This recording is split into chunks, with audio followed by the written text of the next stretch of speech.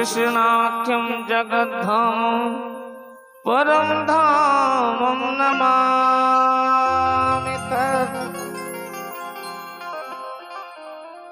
प्रहलाद नारद परा सरपुंडरीका व्यासांबरीश नत भीष्मदाल्या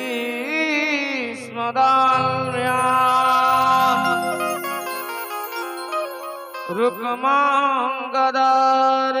वसिष्ठ विभीषणादयन् पुण्यानि परम भागवतां स्मरामि।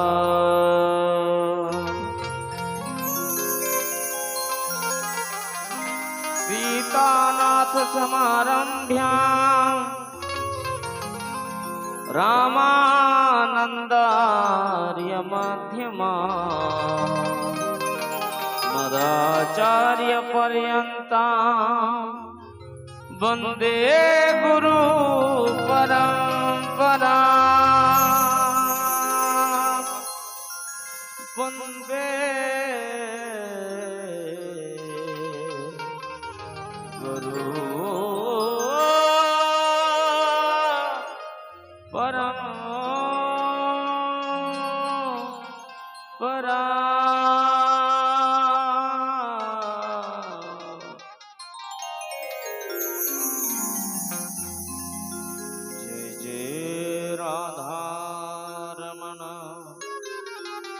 जय जय नवल किशोर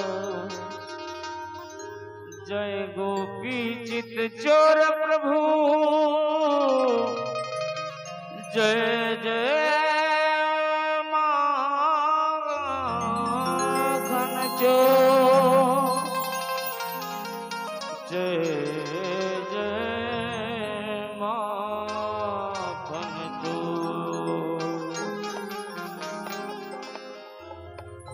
गुरुर्ब्रह्मा गुरुर्विष्णु गुरुर्देवो महेश्वरा गुरुर्साक्षात् परब्रह्म तस्मै श्री गुरुवे नमः। तस्मै श्री गुरुवे नमः। आइए हनुमंत विराजिए कथा करहूं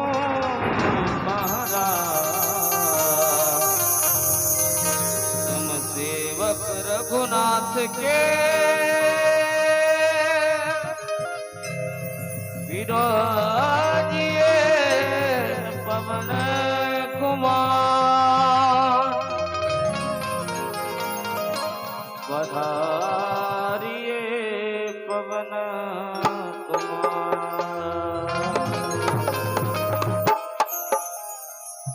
प्रेम से बोलिए श्रीमद् भागवत महापुराण की। श्री राधा कृष्ण भगवान की जय। श्री सीतारामचंद्र भगवान की जय। श्री लाडले लखन लाल की जय। श्री सद्गुरुदेव भगवान की जय। श्री उमापति महादेव की जय। श्री राजा रामचंद्र भगवान की जय। श्री सीतारामचंद्र भगवान की जय। श्री बाबा बैद्यनाथ की जय। श्री बाबा वासुकीनाथ की जय। श्री हरिहर नाथ की जय। श्री भूतनाथ की जय। श्री वृंदावन बिहारी लाल की जय। श्री रामलला सरकार की जय। श्री बजरंग बली की जय। श्री गंगा मैया की जय। श्री जमुना मैया की जय। श्री गौ माता की जय। श्री भारत माता की जय। जय जय श्री राम राधे जय जय श्री राम राधे जय जय श्री राम राधे। जय जय श्री सीताराम।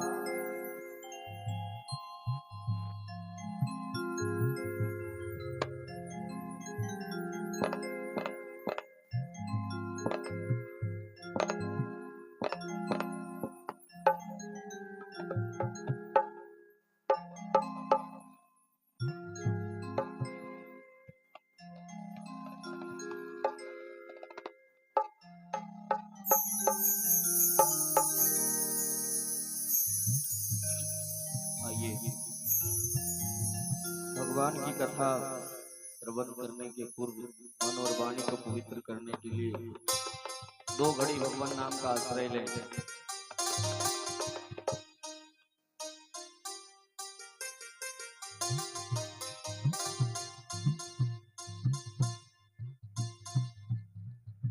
गोविंद जय जय गोपाल जय जय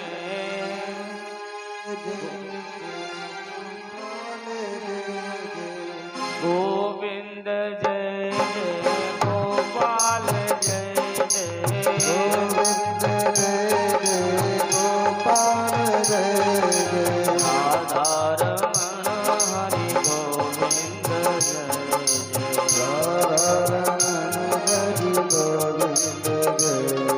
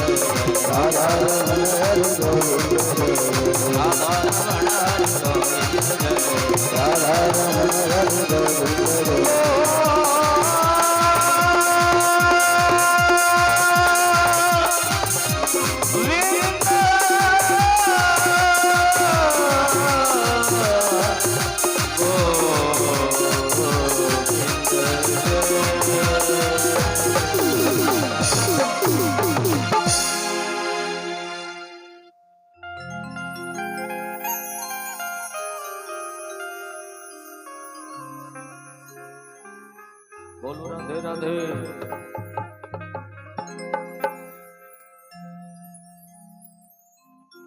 प्रेम से बोलो राधे राधे।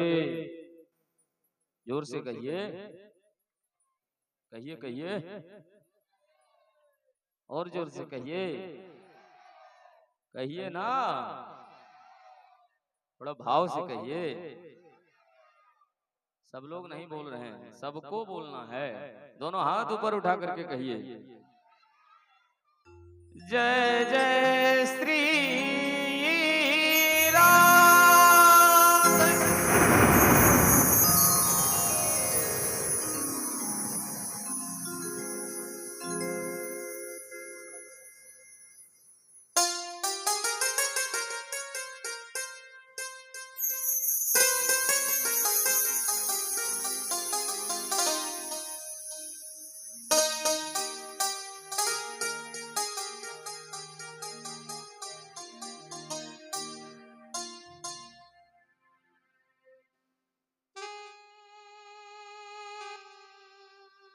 परम मंगलमय परात्पर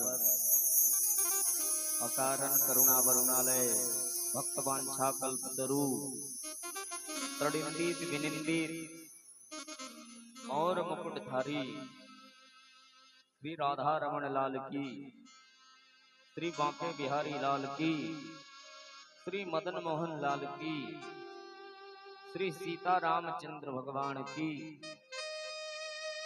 श्री जगन्नाथ महाप्रभु की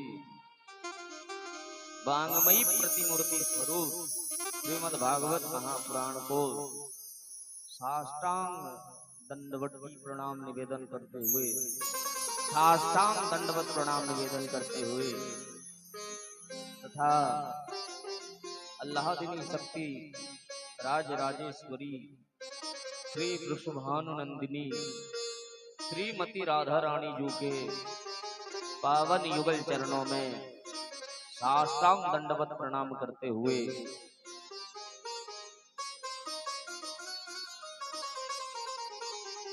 परम पूज्य श्री सद्गुरुदेव भगवान के युगल चरणों में दंडवत प्रणाम करते हुए भगवान श्री सीताराम जी के पावन युगल चरण कमलों में साष्टांग दंडवत प्रणाम करते हुए यहाँ उपस्थित भक्तिमती माताएं, हमारे भैया लोग, बाबूजी लोग, बड़े बुजुर्ग, जितने सारे भक्त आए हुए हैं, दूर दराज से आए हुए सभी भक्तों को हमारे भारतवर्ष के नवनिहाल कर्णधार बालक एवं बालिकाओं को भी और आप सभी इस नवाडी ग्राम के ग्रामवासी एवं इस कथा के आयोजक कमेटी आप सभी को मंच पर मंचस्थ संगीत की सेवा कर रहे हमारे संगीतज्ञ बंधु गंधर्व गण,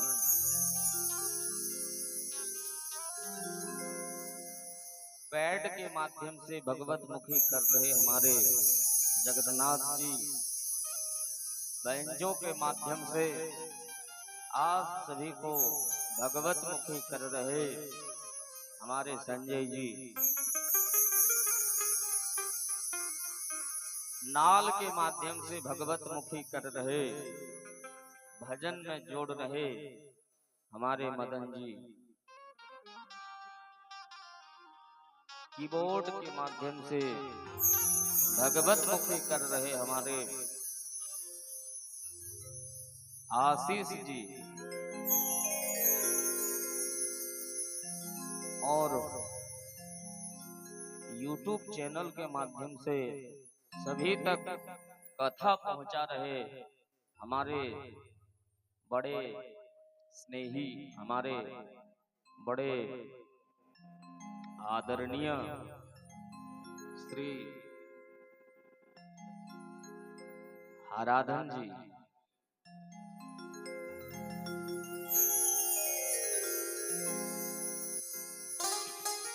आप सभी को इस दास का अनंत कोटि बार जय जय श्री राधे।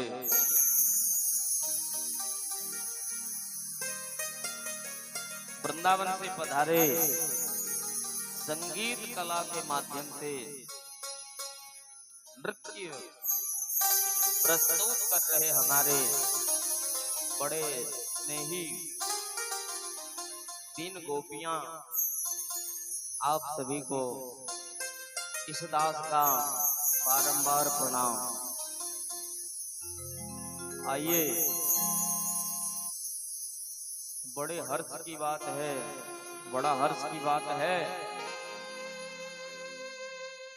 कि आज हम सब एक जगह एकत्रित हुए हैं।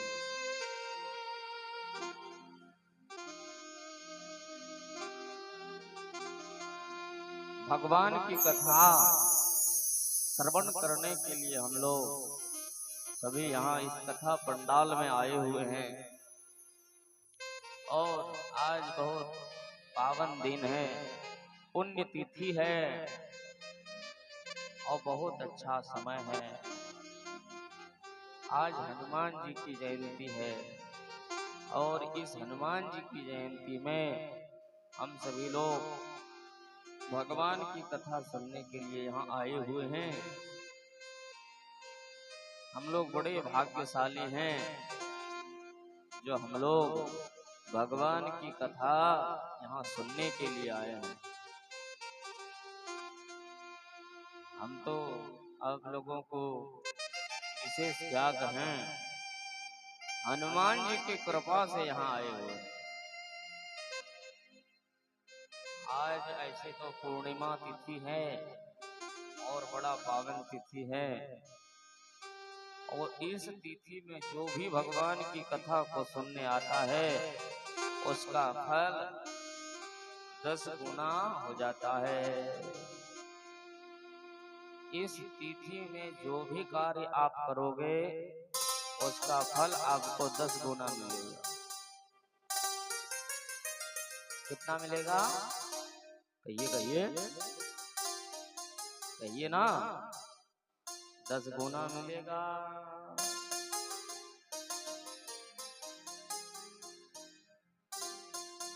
जो अपनी माता पिता की सेवा करेगा, जो दान करेगा, जो दूसरों की सेवा करेगा, जो दूसरों का उपकार करेगा, जो अपने पति की सेवा करेगा, और जो भगवान की पूजा करेगा, और जो गंगा नहाएगा,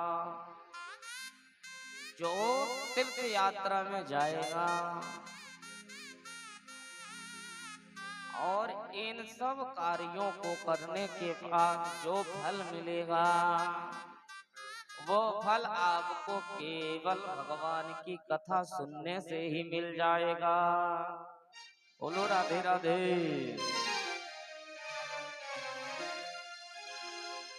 हम क्या क्या बोले? ब्राह्मण सेवा, गौ सेवा, संत सेवा, भगवान की सेवा, माता पिता की सेवा, अपने पति की सेवा, तीर्थ यात्रा, गंगा स्नान, गौदान आदि जितने सारे भगवत कार्य हैं, इन सब कार्य को करने के बाद जो फल आपको मिलेगा वो फल केवल भगवान की कथा सुनने से ही ये कहिए मिल जाएगा।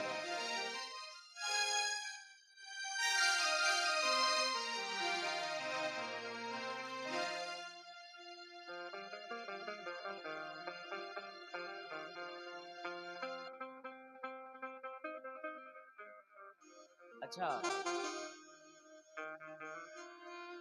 इस भगवान की कथा से आपको क्या मिलेगा? कोई बता सकते हो? भगवान की कथा से आपको क्या मिलेगा? पैसा मिलेगा, धन दौलत मिलेगा, सुख मिलेगा, शांति मिलेगी, क्या मिलेगा? पढ़ने में तेज हो जाओगे, बहुत सारा जमीन खरीद लोगे, पकुड़िया में, पाकुड़ में, दुमका में जमीन खरीद लोगे।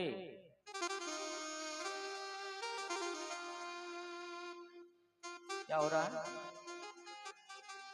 एकदम चुपचाप रहिए, बात मत कीजिए और भगवान की कथा सुनते रहिए।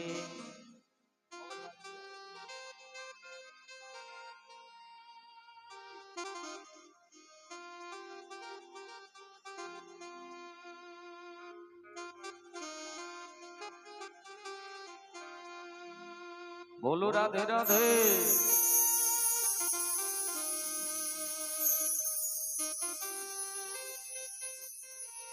ये भगवान की कथा सुनने से क्या मिलेगा? भगवान की कथा सुनने से कुछ नहीं, भगवान की कथा सुनने से मृत्यु का भय चला जाएगा। भगवान की कथा सुनने से जीवन में शांति आ जाएगी, संतोष आ जाएगा। देखिए, जिसने आज तक बहुत कुछ किया, ऐसा कोई कार्य नहीं जो उसने नहीं किया होगा। सब कुछ किया, लेकिन उसको कभी जीवन में शांति मिली क्या? शांति मिलना ही सब कुछ मिल जाना है। जीवन में संतोष का आ जाना, सब कुछ मिल जाना है।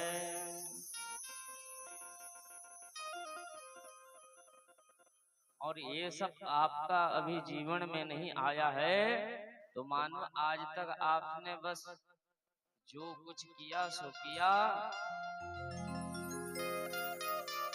केवल परिश्रम ही हुआ और हाथ कुछ भी नहीं लगा। भगवान की कथा सुनने से भगवान की आप हो जाओगे, वो भगवान आपका हो जाएगा। लोग कहते हैं कि भगवान को पा लेना बहुत आसान बात है, लेकिन नौकरी का मिलना बहुत कठिन बात है। भगवान का पालोगे लेकिन नौकरी नहीं पा सकते। हम लोग सब कुछ आज इस युग में उल्टा अर्थ लगा रहे हैं। देखिए,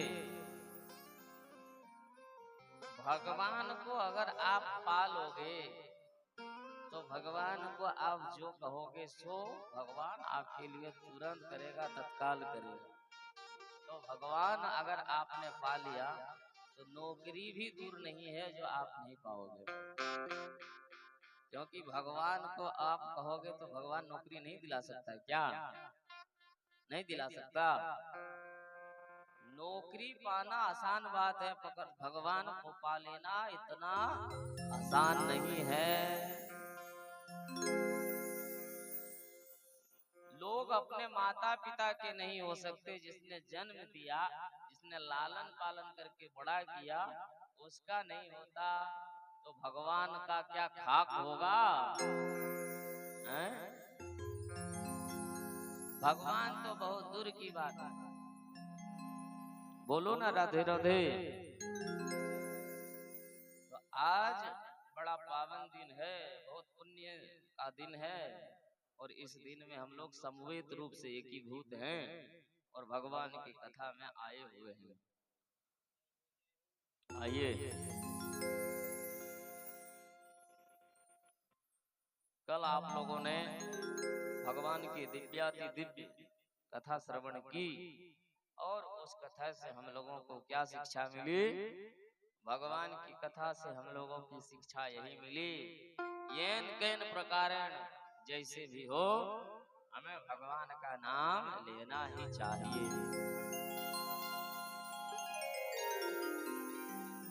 भगवान किससे प्यार करने लगते हैं? कहा कि जो भगवान का नाम दिन रात लेते रहता, ऐसे लोगों से भगवान बहुत प्रेम करते। और नाम से भी कहीं अधिक श्रेष्ठ है भगवान का काम। जो भगवान के कार्य को करते हैं, ऐसे लोगों को भी भगवान बहुत प्रेम करते हैं।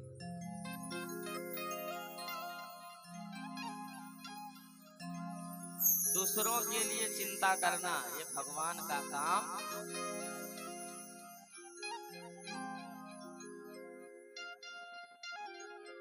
दूसरों के लिए चिंता करना, दूसरों के लिए चिंता क्या करना? चिंता यही करना है, जैसे आप सुख चाहते हो, ऐसे सुख आप सबके लिए जिस दिन चाहने लगोगे, उस दिन शुरू हो जाएगा आपका भगवत कार्य। उस दिन से शुरू क्या होगा आपसे? भगवत कार्य, भगवान का। बोलो राधे राधे। सब कोई चाहता है कि हम अच्छा खाएं, अच्छा रहें, अच्छा पहने, मेरी जो जिंदगी हो वो सुकून की हो, सब कोई चाहता है। पर आपने कोई कभी सोचा कि मेरी जो पड़ोसी है वो किस हाल में है? वो किस हाल में है, कभी आपने सोचा? वो देखो ये गरीबी, ये गरीबी का हाल, कृष्ण के दर पे विश्वास लेके आया, मेरे बचपन का यार है मेरा सहारा। सोच कर आस करके आया हूँ। सुख के माथे सिल पड़े जो हरी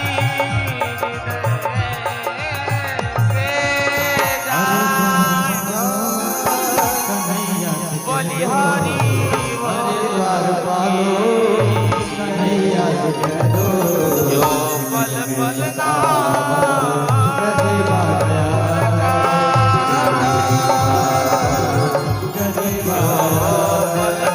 भटकते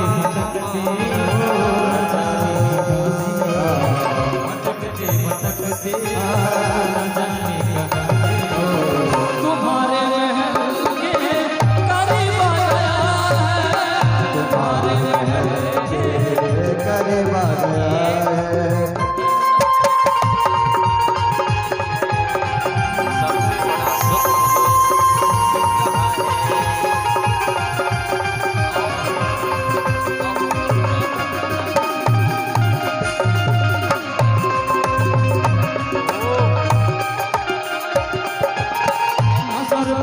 पकड़ी वतन पे जामा बता दो बता दो कन्हैया को नाम है सुदामा हो कन्हैया को नाम है सुदामा। नसर पे है पगड़ी वतन पे है जामा बता दो कन्हैया को नाम है सुदामा बता दो कन्हैया को नाम है सुदामा। नसर पे है पगड़ी वतन पे है जामा बता दो कन्हैया को नाम है सुदामा। नसर पे है पगड़ी वतन पे है जामा बता दो कन्हैया को नाम है सुदामा बता दो कन्हैया को नाम है सुदामा। तुम एक बार मोहन से जा करके कह दो तुम एक बार मोहन से जा करके कह दो कि मिलने सखावत नसीब आया है, कि मिलने सखावत नसीब आया है, कि दर्द सतामा करीब आया है।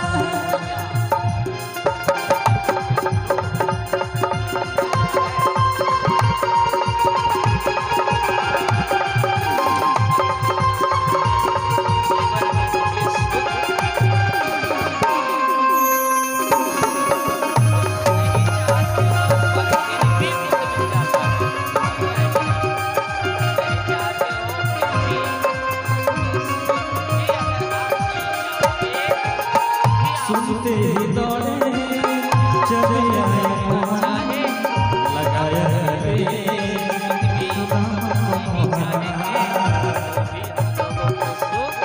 सुदामा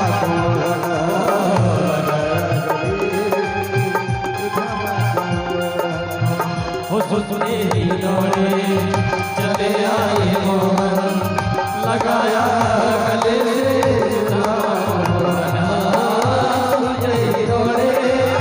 चले आए मोहन लगाया गले सुदामा को मोहन लगाया गले सुदामा को मोहन। हुआ रुक्मणी को बहुत ही अचंभा हुआ रुक्मणी को बड़ा ही अचंभा। ये मेहमान कैसा अजीब आ गया है, मेहमान कैसा अजीब आ गया है, ये मेहमान कैसा अजीब आ गया है, मेहमान कैसा अजीब आ गया है।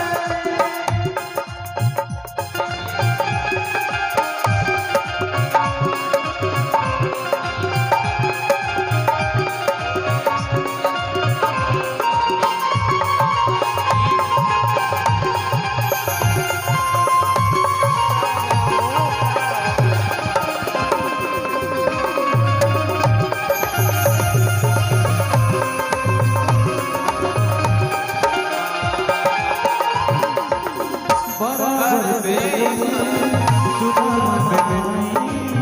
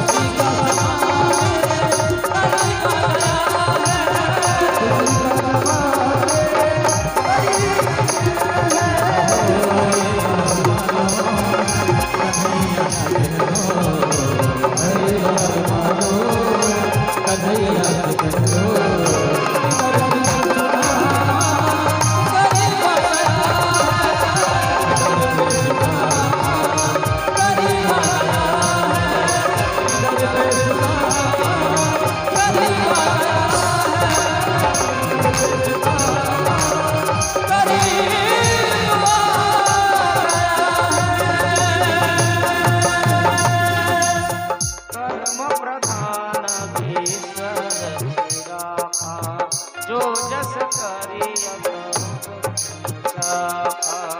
कर्म राखा जो जस करय सो तस फल जाका कर से कर्म करो विधि नाना, मन राखो जहाँ कृपा निधाना।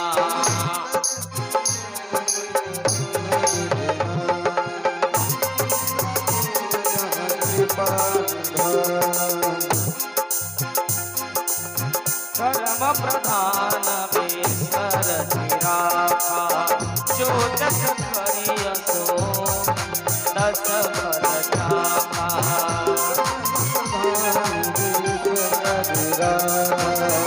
जो जस फल जाका जो जस करिय सो तस फल जाका। जो जस करिय सो तस फल जाका। जो जस करिय सो तस फल जाका। जो जस करिय सो तस फल जाका। जो जस करिय सो तस फल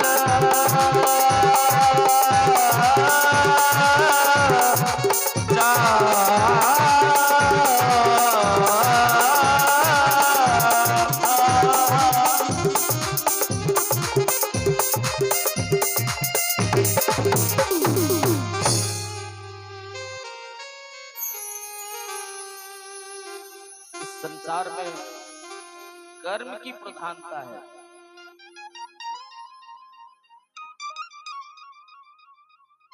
आपने जीवन में कभी पुण्य नहीं किया, धर्म का कोई एक भी कार्य नहीं किया और आपकी मृत्यु हुई, तो आपका जो पुत्र है उसका दायित्व है, उसका कर्तव्य बनता है कि आपके निमित्त वो कुछ पुण्य कर्म करे, श्राद्ध तर्पण आदि करे।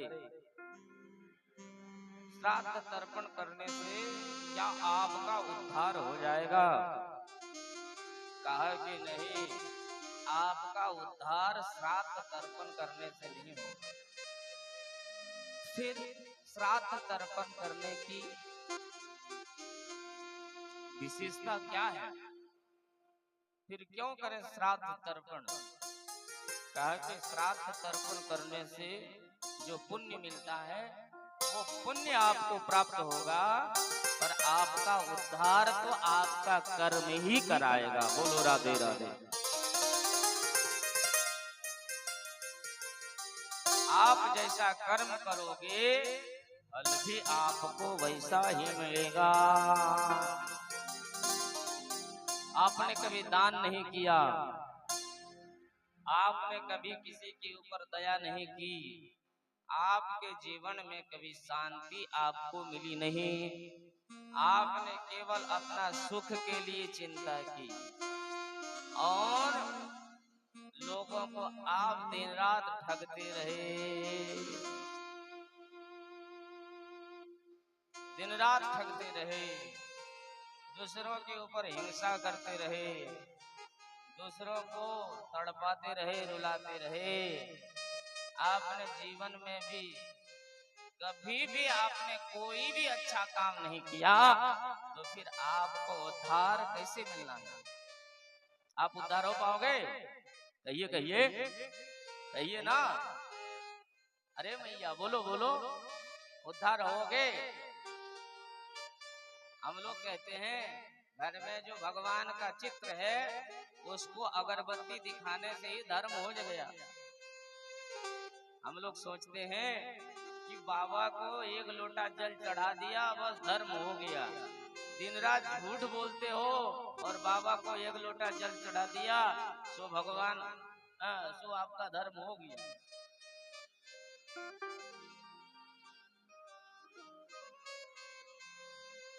देखिए, आपने कभी भी बाबा को जल नहीं चढ़ाया, कभी भी आपने कोई ऐसा कर्म नहीं किया जो भगवान को रिझाने के लिए हो। आपने क्या किया? एक ही बात की संकल्प ली है आपने कि मैं जीवन में कभी झूठ नहीं बोलूंगा। क्या नहीं बोलूंगा? कहिए कहिए, मैं कभी झूठ नहीं बोलूंगा। अगर आपने इस बात का संकल्प किया और उस दिन से झूठ बोलना आपने बंद कर दिया, तो आपको भगवान की पूजा नहीं करनी होगी, भगवान ही आपकी पूजा करेगी। बोलो राधे राधे।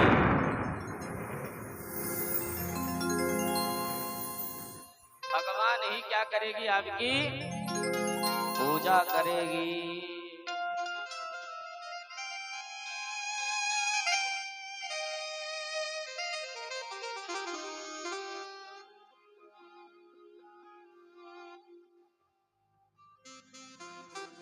ये भगवान की जो कथा है ना, ये कथा भगवान से जोड़ने का काम करती है।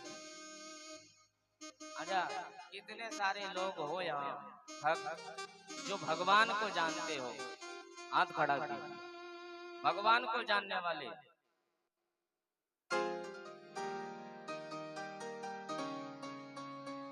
अच्छा, आप लोग भगवान को जानते हैं? भगवान रहते कहाँ हैं? कहाँ रहते हैं भगवान? कभी देखा है आपने दिल में? हैं?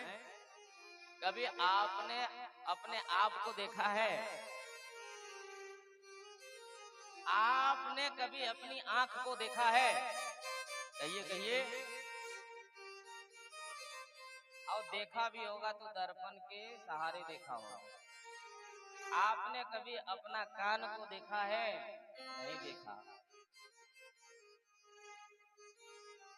आपने अपनी खोपड़ी को कभी देखा है? नहीं देखा। तो भगवान तो बहुत दूर की बात है। जब आप अपने आप को नहीं देख सकते तो भगवान को कैसे देख लोगे? देखिए, आप अपनी चेष्टा से भगवान को नहीं जान सकते। आप अपनी प्रयास से भगवान को नहीं जान सकते। जब तक वो आपको जनाना नहीं चाहेगा, तब तक उनको आप नहीं जान सकते। बोलो राधे राधे। जब तक उनकी कृपा नहीं होगी आपके ऊपर, तब तक कुछ भी कर लो, आप उनको नहीं जान सकते। हाँ, नहीं जान सकते।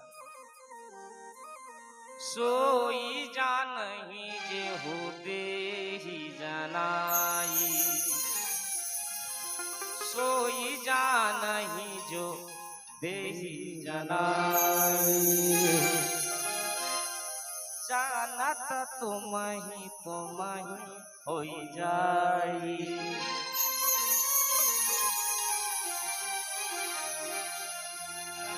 अच्छा, यहाँ जितने सारे भक्त हैं, पैसा से कितना लोग प्रेम करते हैं? हाथ खड़ा कीजिए। पैसा से, धन से, दौलत से, सब लोग पैसा नहीं होगा तो आप चल ही नहीं पाओगे। अच्छा, एक बात बताओ, आपके लिए कोई प्रस्ताव रखे कि आपके लिए 1 करोड़ रुपया रख दिया गया है और एक तरफ भगवान है। अब आपको चॉइस करना है कि आप पैसा लोगे कि भगवान को लोगे। तो जो कलयुगी लोग हैं वो भगवान को नहीं, पैसा को लेगा। क्या लेगा? पैसा को लेगा, भगवान को नहीं लेगा। क्यों नहीं लेगा? कि भगवान से क्या काम है? अरे भगवान को लोगे तो दिन रात भगवान की पूजा करनी हो, और पैसा नहीं होगा तो भगवान को पूजा करने का सामान कहाँ से आएगा? आएगा क्या? नहीं आएगा। तो भगवान को नहीं, पैसा को लो, बहुत मायने में रखता है। लेकिन एक बात आप ध्यान से सुनना, आपकी अगर बुद्धि पवित्र होगी, आपका मन अगर पवित्र होगा, तो फिर आप पैसा को नहीं भगवान को ही पसंद करोगे। क्यों? क्योंकि अगर आपके पास प्रस्ताव रखेगा तो एक बार ही रखेगा, और अगर करोड़ों रुपया आपको मिलेगा तो एक बार ही मिलेगा। और भगवान को आपने अगर पसंद कर लिया और भगवान को अगर आपने चॉइस किया है, तो वैसा वैसा करोड़ों रुपया आपको बार बार मिलता रहेगा। आपने अगर भगवान को पसंद किया तो करोड़ों रुपया आप कथा सुनी बेको रसिया, राम कथा सुनी बेको रसिया, सीताराम सीताराम जय जय सीताराम।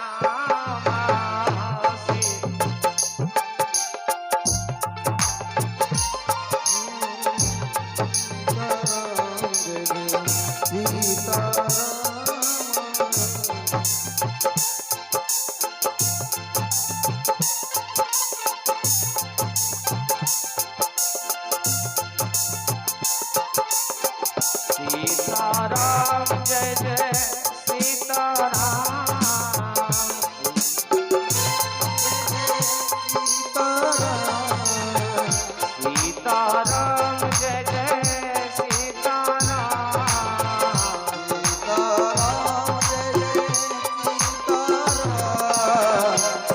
सीताराम जय जय सीताराम, सीताराम जय जय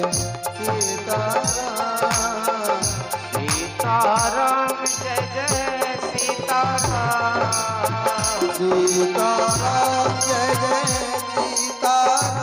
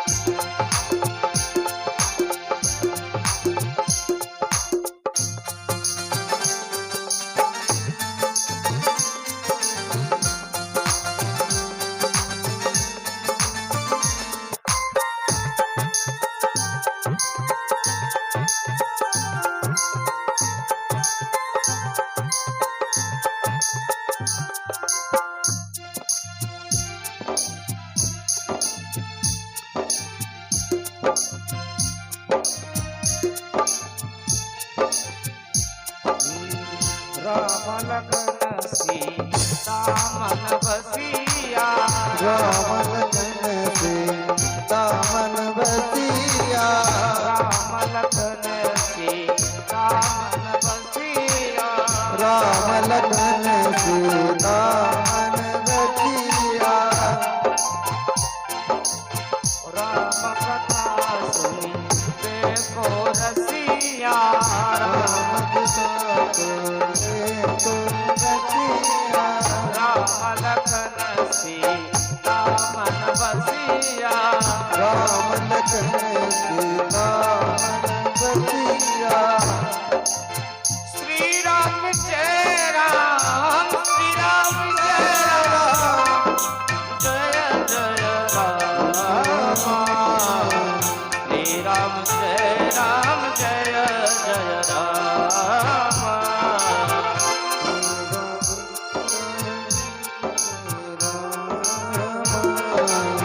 श्री राम जय राम, जय जय राम, श्री राम जय राम, जय जय राम, श्री राम जय राम, जय जय राम।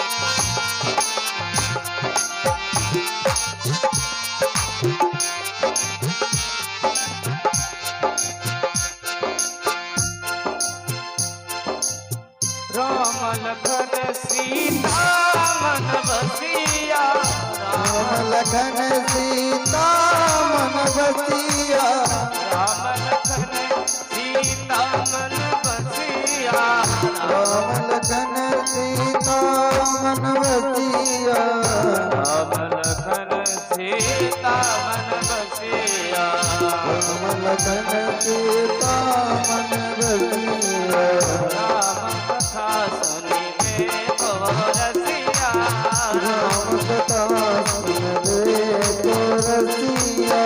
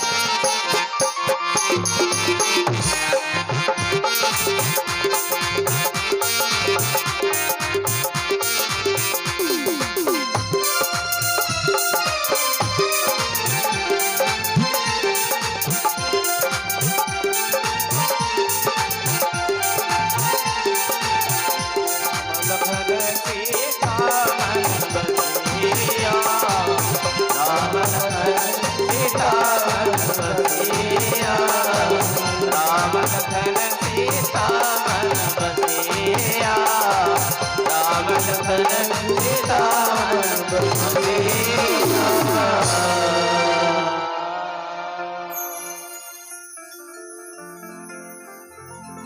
बोलो राधे राधे, जोर से कहिए कहिए कहिए।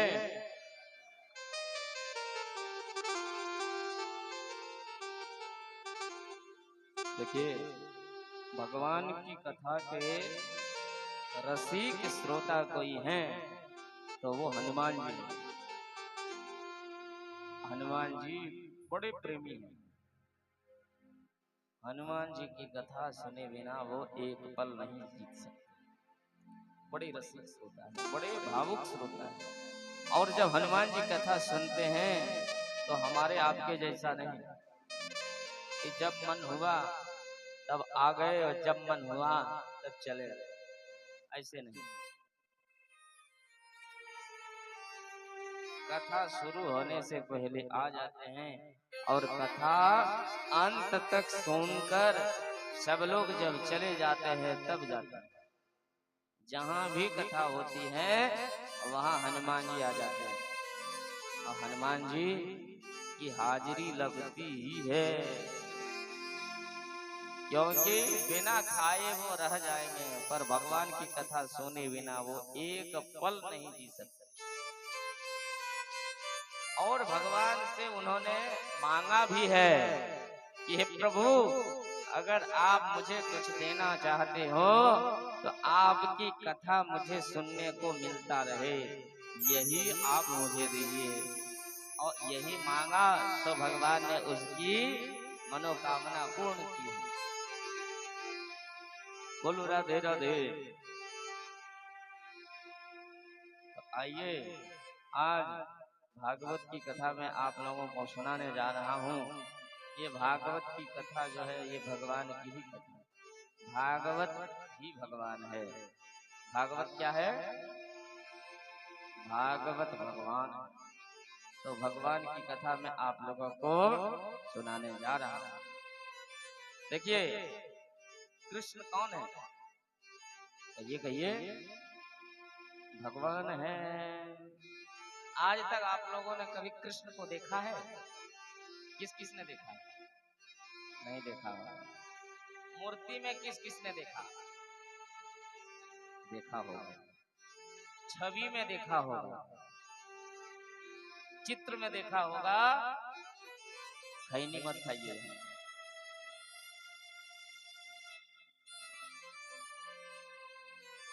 क्यों क्यों नहीं खाना चाहिए, आप बता रहे हैं, अपराध होता है। यहाँ खाना अगर कुछ है तो भगवान की कथा को खाइए। भगवान की कथा सुनी नहीं, भगवान की कथा खाई जाती है। और खाई हुई वस्तु शरीर में लगता है।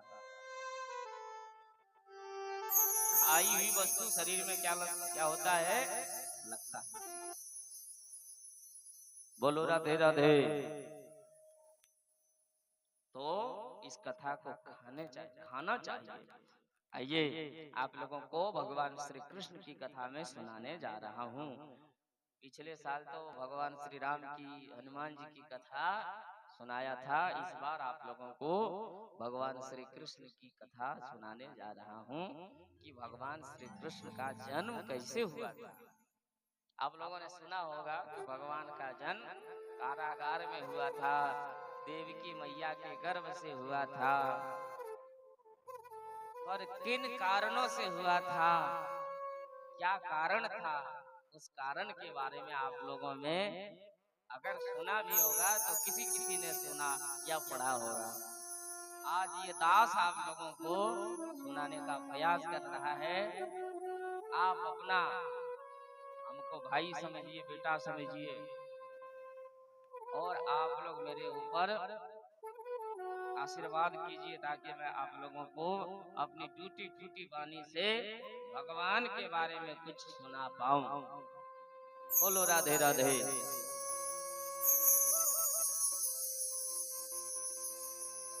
तो जब अन्याय अधिक होता है, जब अत्याचार की सीमा हद तक पहुंच जाती है, जब भ्रष्टाचारी लोग बढ़ जाते हैं, जब समाज का खंडन होना शुरू होता है, जब देश का खंडन शुरू होना होता है, तब देश का विभाग होने लगता है, धर्म के नाम पर लोग जब अधर्म करने लगते हैं, जब पराई स्त्री को लोग अपनी मां नहीं अपनी पत्नी समझने लगता है और उसको भोग वस्तु समझकर भोगने लगता है, जब लोग धर्म कम आडंबर अधिक करता है, एक शब्दों में कहे तो जब धर्म की हानि होने लगती है, तब भगवान आते हैं।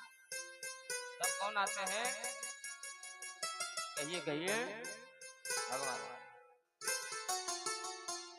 तो क्या आज भी भगवान आते हैं? कहा कि हाँ, आज भी भगवान आते हैं। देखिए हम लोग दुख में टूट जाते हैं, टूट रहे हैं कि नहीं? अच्छा, यहाँ इस कथा पंडाल में जितने सारे भक्त बैठे हैं, बताइए आप लोग आज तक आपको कौन है यहाँ जो जिसको कभी दुख मिला ही नहीं?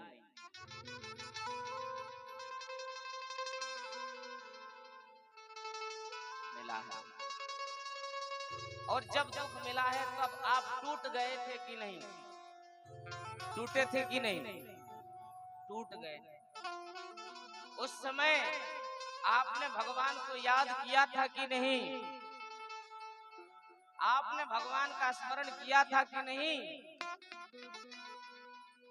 और कहीं न कहीं आपने भगवान का स्मरण किया था तो आपको सहारा करने के लिए वो भगवान आए थे।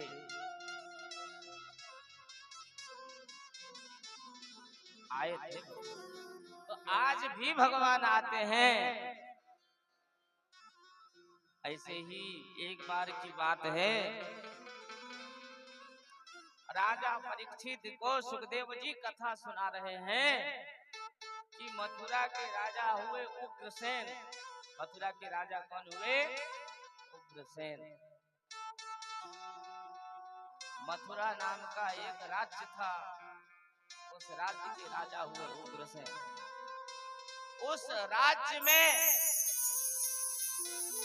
उस राज्य के अंदर, उस राज्य की सीमा के अंतर्गत जितने सारे गांव थे, जितने सारे पंचायत थे, जितने सारे जिला थे, उन सभी जिला वासियों को, उन सभी पंचायत वासियों को, उन सभी गांव वासियों को सुख पहुंचाने का पूरा दायित्व था उस राजा का।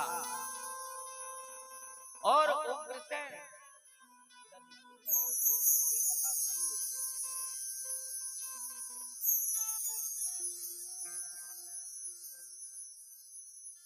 केवल श्रोता ही कथा नहीं सुनेगा, आप लोग भी कथा सुनेंगे। और कथा सुनने का मन नहीं है तो जाइए और बैठिए।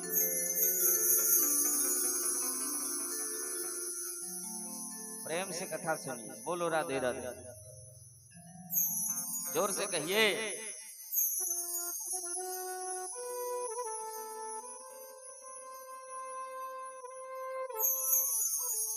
तो मथुरा के राजा कौन हुए? उग्रसेन हुए। उनकी जो पत्नी थी उसका नाम था पद्मरेखा। पद्मरेखा जो थी वो अपनी पति को बहुत प्रेम करती थी, बहुत मानती थी, बहुत सेवा करती थी। तो एक दिन उसने अपना पति को कहा कि पतिदेव मैं जल विहार करना चाहती हूँ। तो उस समय की बात, लोग अपनी स्त्रियों को घर से निकलने नहीं देते, किसी पराये पुरुष के साथ अकेले कहीं जाने नहीं देते थे, और जाने देना भी नहीं चाहिए। जहां भी जाओ साथ में ले जाओ और साथ में ले आओ।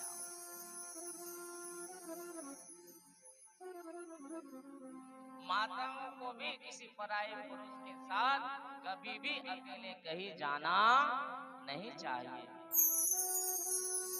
अगर आप इंसान भी हो तो हैवान बहुत सारे लोग बैठे हुए हैं, आपकी बदनामी हो जाएगी, आपका नाम का जो है दुष्प्रचार लोग करने लगेंगे। फलाने की पत्नी तो आजकल उसके साथ कहीं जाते दिख रहा है।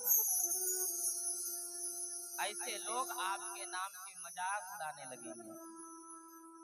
तो कभी भी किसी पराये पुरुष के साथ हमें कहीं नहीं जाना चाहिए, और ना ही किसी पराये पुरुष के साथ एकांत में बैठकर बात करना चाहिए। और बात करोगे, आप अच्छा भी कुछ बात कर रहे हो तो लोग आपको खराब ही सोचेगा। क्यों? क्योंकि उनकी जो सोच है वो सोच खराब है। बोलो राधे राधे।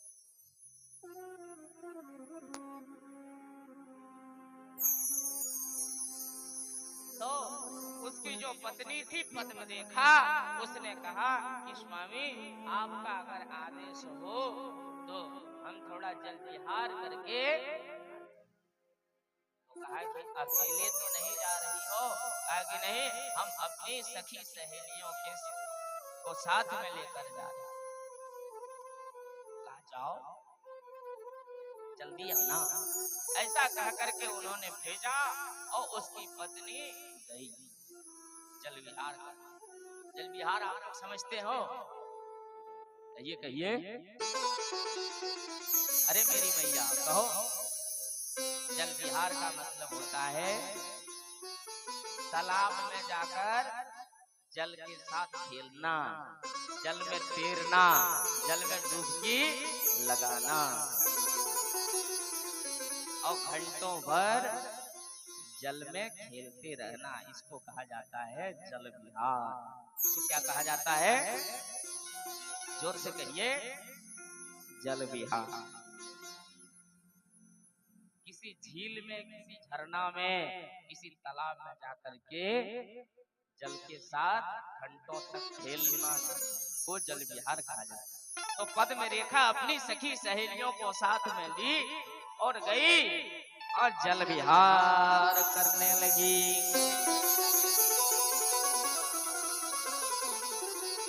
जल विहार करने लगी और जहां वो जल विहार कर रही थी उसी मार्ग से, आकाश मार्ग से एक दैत्य जा रहा था, एक असुर जा रहा था जिसका नाम था द्रुमिल। जिसका नाम क्या था? द्रुमिल। उस द्रुमिल राक्षस ने जब उस पद्म रेखा को देखा, और पद्म रेखा थी भी बहुत सुंदर, बहुत सुंदर थी। अप्सरा को भी पीछे छोड़ने वाली थी उस अपनी सुंदरता के आगे, इतनी सुंदर थी। तो दुर्मिल राक्षस से रहा नहीं गया और वो आकाश से सीधे नीचे जमीन में उतरा और उसने, उस कुबुद्धि ने, उस दुष्ट ने उग्रसेन राजा का रूप बनाया और धीरे धीरे दबे पांव वो उस सरोवर तक पहुंच गया। जब सखी सहेलियों ने देखा कि उग्रसेन भी आए हैं तो झटपट उन्होंने, सभी सखी सहेलियों ने अपना वस्त्र को संभाली है। उस द्रुमिल राक्षस उग्रसेन बना, उससे रहा नहीं गया और जल में उसने छलांग लगाया और अपनी पत्नी द्रुमिल राक्षस ने उस पद्म रेखा के साथ जल विहार करना प्रारंभ किया। और जल विहार करते करते करते करते करते करते महाराज काम के वशीभूत होकर उन्होंने उसकी इज्जत के ऊपर दाग लगाया।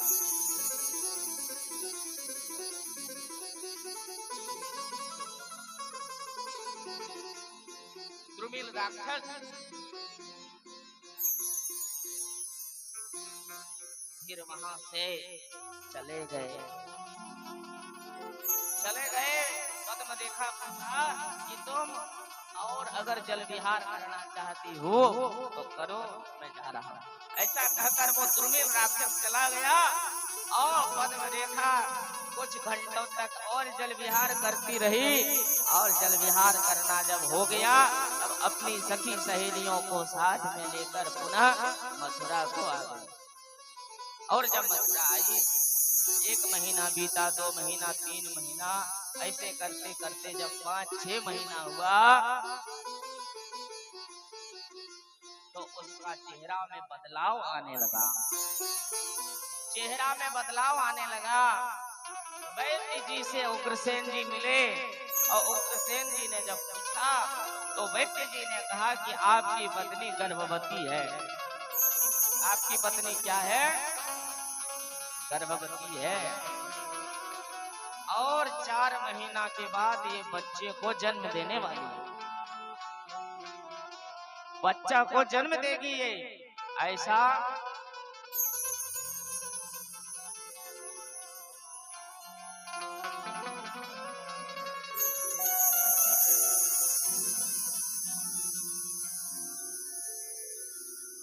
ऐसा उन्होंने वैद्य जी ने कहा। बोलो राधे राधे। जब वैद्य जी ने कहा तो आनंद की सीमा नहीं रही उग्रसेन जी। उग्रसेन ने कहा कि मेरा पुत्र होगा, मेरी संतान होगी। बड़े गदगद हो गए।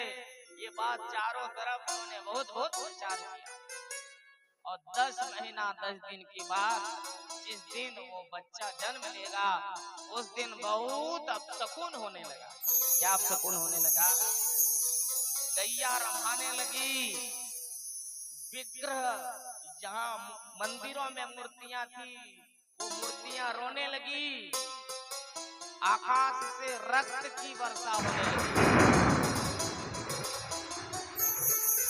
कुत्ता रोने लगे, लोमड़ी रोने लगी।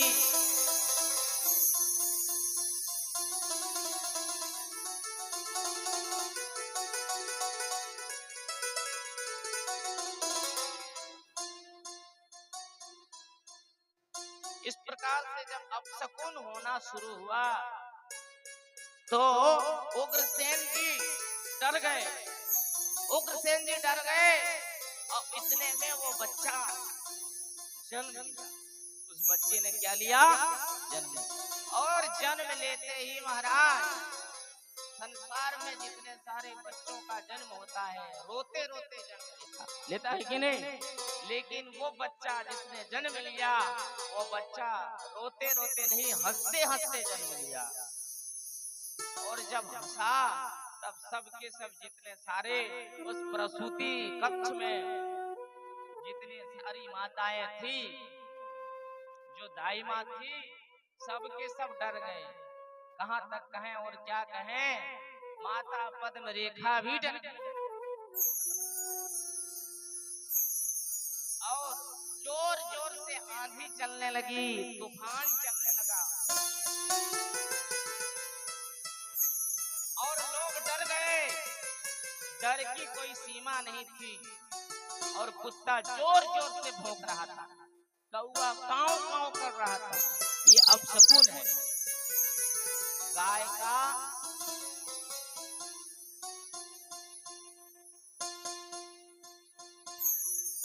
रंभाना ये अपशकुन है। गाय अपने बच्चे को अगर दूध पिला रही है तो ये शकुन है, और गाय अगर रंभा रही है तो ये अपशकुन।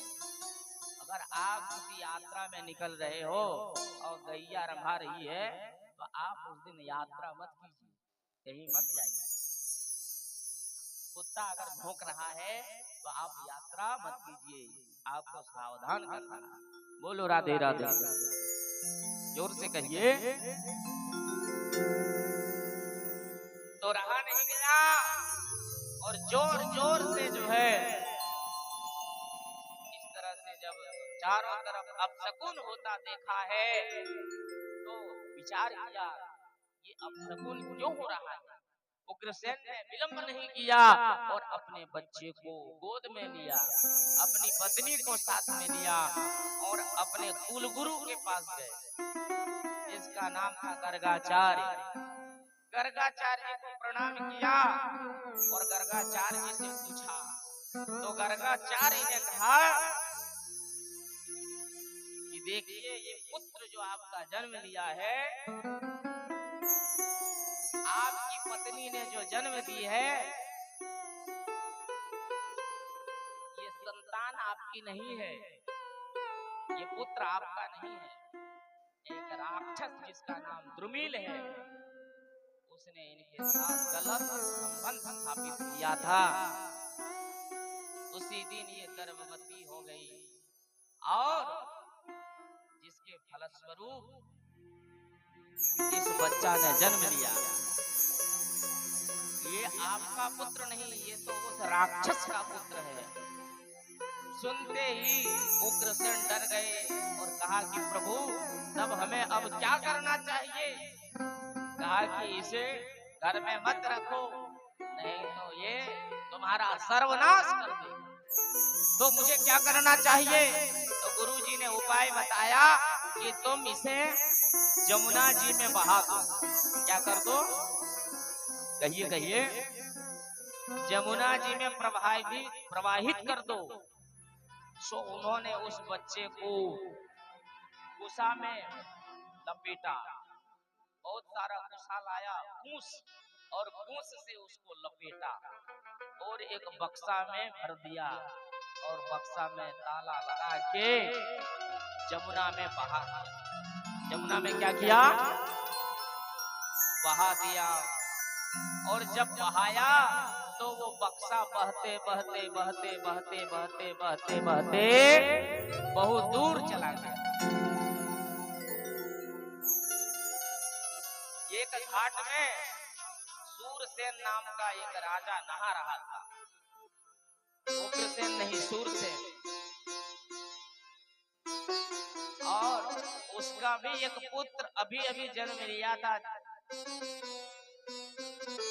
वो नहा रहा। सूरसेन ने जब उस बक्से को देखा तो उसने जमुना जी में छलांग लगाया, कूद गया और उस बक्सा को उठाकर लाया और जैसे उस ताला को तोड़कर बक्सा को खोला, बक्सा को, तो बक्से के अंदर कूस मिला उसे। तो कूस को जैसे ही उसने हटाया तो उसके अंदर एक बच्चा उसे दिखा, जो बच्चा जोर जोर से रो रहा था। उस बच्चे को जमुना जी में नहाया और नहलाकर गोद में लिया और उस बच्चे को उसने अपना घर में लाया और कहा कि आज से मेरी एक संतान नहीं, मेरी दो संतान। आज से मेरा एक पुत्र नहीं, 2 पुत्र। अपना जो पुत्र हुआ था उसका नाम रखा वसुदेव, और बक्से में जिसको पाया है उसका नाम रखा, कूस के अंदर से निकाला इसलिए उसका नाम रखा कंस। क्या नाम रखा? कहिए कहिए, जोर से कहिए, कहिए ना, क्या नाम रखा? कंस।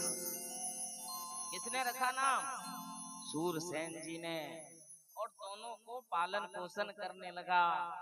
दोनों बड़ा हुआ, जब 5-5 साल का हुआ तो एक दिन नारद जी आ गए। कौन आए? नारद। कैसे आए? बीना बजाते बजाते आए और गाते गाते आ रहे थे, श्रीमन नारायण नारायण नारायण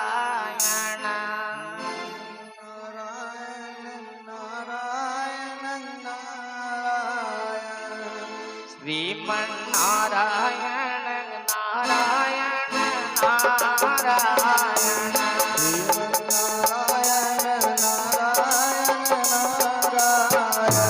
श्रीमन नारायण नारायण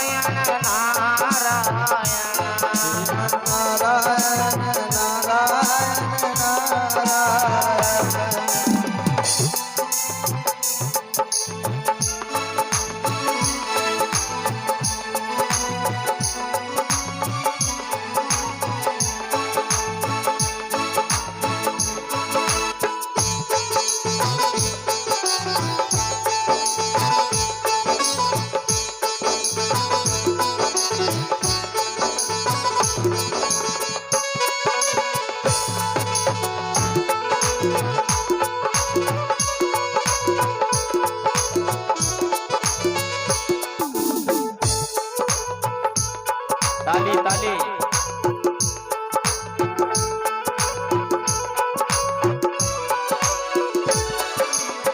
नारायण नारायण नारायण नारायण नारायण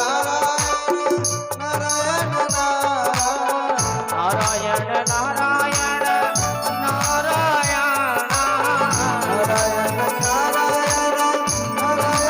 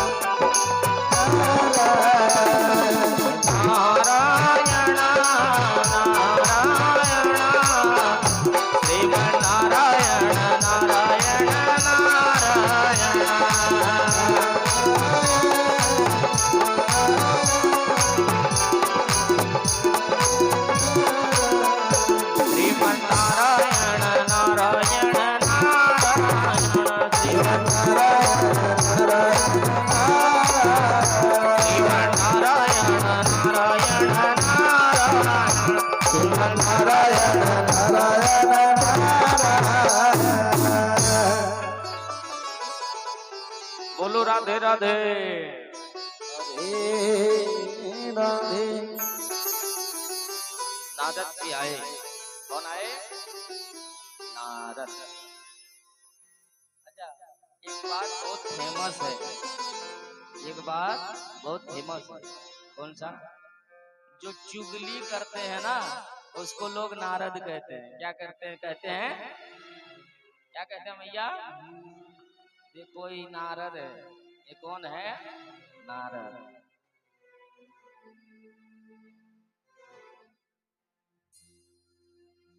नारद्यम इति नारदः। नारद जी कौन है? जिसकी बात अभी तक कभी किसी ने रद्द नहीं कर पाया, उसी का नाम। देखिए, हमने आपने नारद जी का नाम बिगाड़ा है, तो इसका ठेका नारद जी नहीं लेने के लिए बैठे हुए हैं। गलत अर्थ आज इस कलयुग में लोग लगा रहे हैं। जिनको लगाने का काम है वो तो लगाएगा, लेकिन जो चुगली करते हैं उसको नारद नहीं।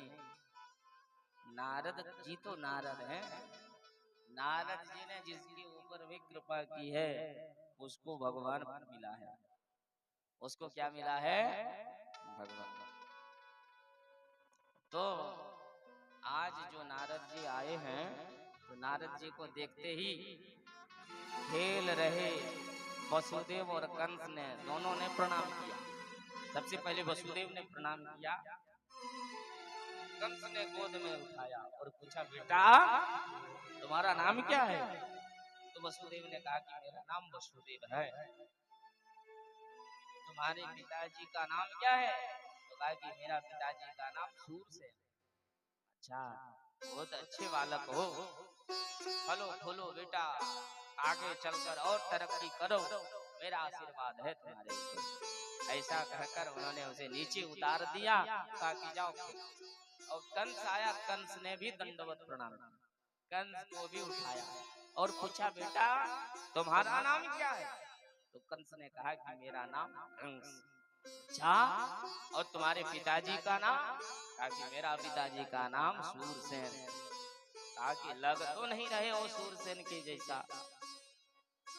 आत्मा जायते पुत्रः, पिता की आत्मा ही पुत्र के रूप में जन्म लेता है। बहुत देखना, बहुत आपको मिलेगा जिसका भी बेटा है, पिताजी का बहुत सारा शक्ल उससे मिलता जुलता आपको मिलेगा। बाप जैसा बेटा वैसा मिलता है कि नहीं? लेकिन तुम्हारा जो शकल सूरत है वो तो नहीं बतला रहा है कि तुम सूरसेन का पुत्र हो। हमको तो शक हो रहा है। तो कहा कि कैसा शक? कहा कि तुम सूरसेन नहीं बेटा, मैं भविष्य जानता हूँ, मैं भविष्य जानता हूँ, भूतकाल जानता हूँ, मैं वर्तमान भी जानता हूँ। मैं स्पष्ट देख रहा हूँ कि तुम सूरसेन का नहीं, तुम उग्रसेन की पत्नी पद्म रेखा के गर्भ से तुम्हारा जन्म हुआ है। ये नहीं कहा कि तुम राक्षस हो। देखिए, राक्षस को भी अगर आप राक्षस कहोगे तो वो सुनना पसंद नहीं करेगा। करेगा क्या? एक बदमाश आदमी को अगर आप बदमाश कहोगे तो वो सुनना पसंद नहीं करेगा। सारा संसार जानता है कि बदमाश है, लेकिन वो कभी सुनना पसंद नहीं करेगा। बदमाश सुनना पसंद करेगा? एक कंजूस को आप कंजूस कहिए तो वो सुनना पसंद नहीं करेगा। एक बात बताइए, शेर सब कोई सुनना पसंद करेगा, लेकिन जानवर कोई सुनना पसंद नहीं करेगा। करेगा क्या? किसी को आप शेर, क्या बात है, तुमने तो बहुत अच्छा कारनामा करके दिखा। शेर कहोगे तो उसका छाती फूल जाएगा, हैं?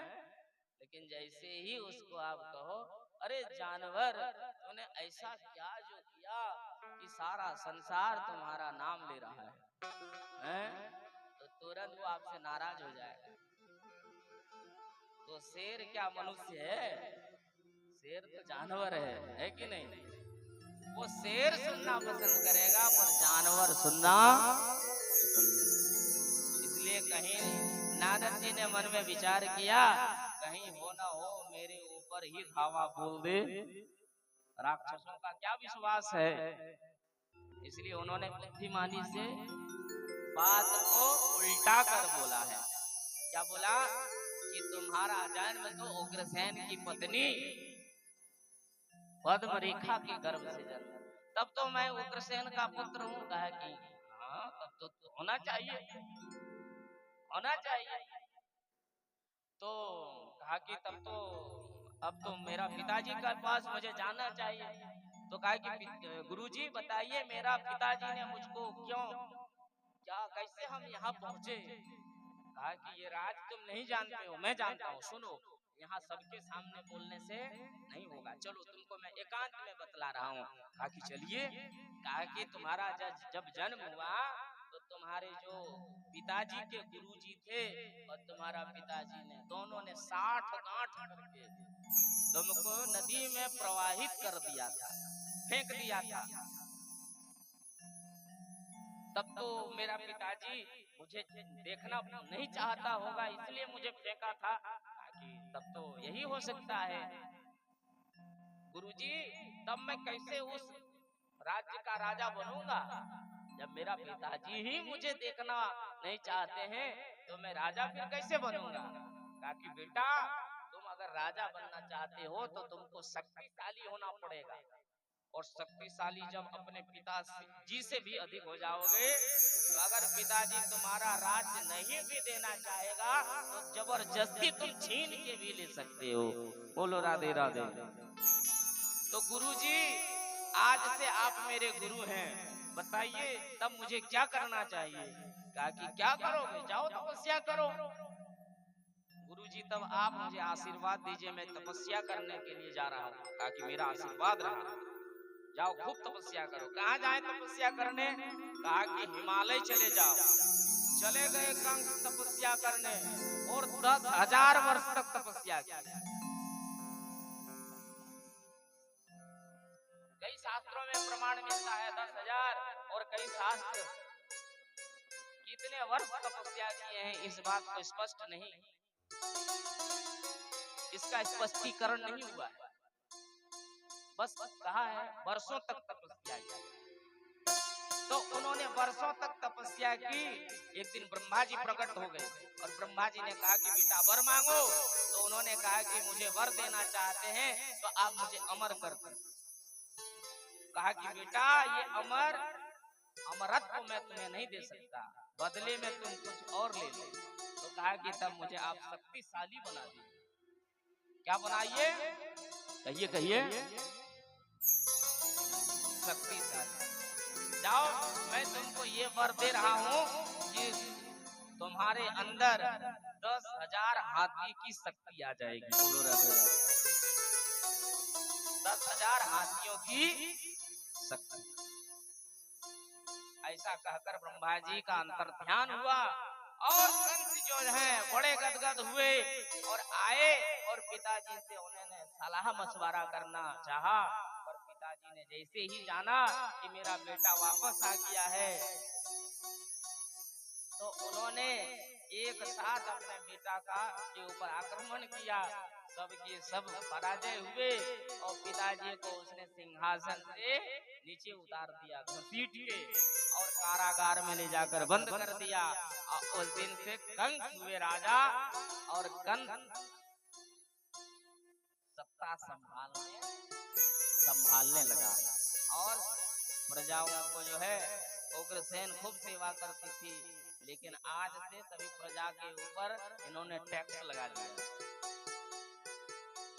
तुम्हारा 10 बीघा जमीन है, 10 बीघा में जो तुम खेती करते हो 3 भाग तुम 75% मेरे इस राजकोष में जमा करो और 25% तुम अपने पास रखो। ऐसा नहीं कि 25% तुम राजकोष में जमा करो और 75% तुम अपने लिए रखो।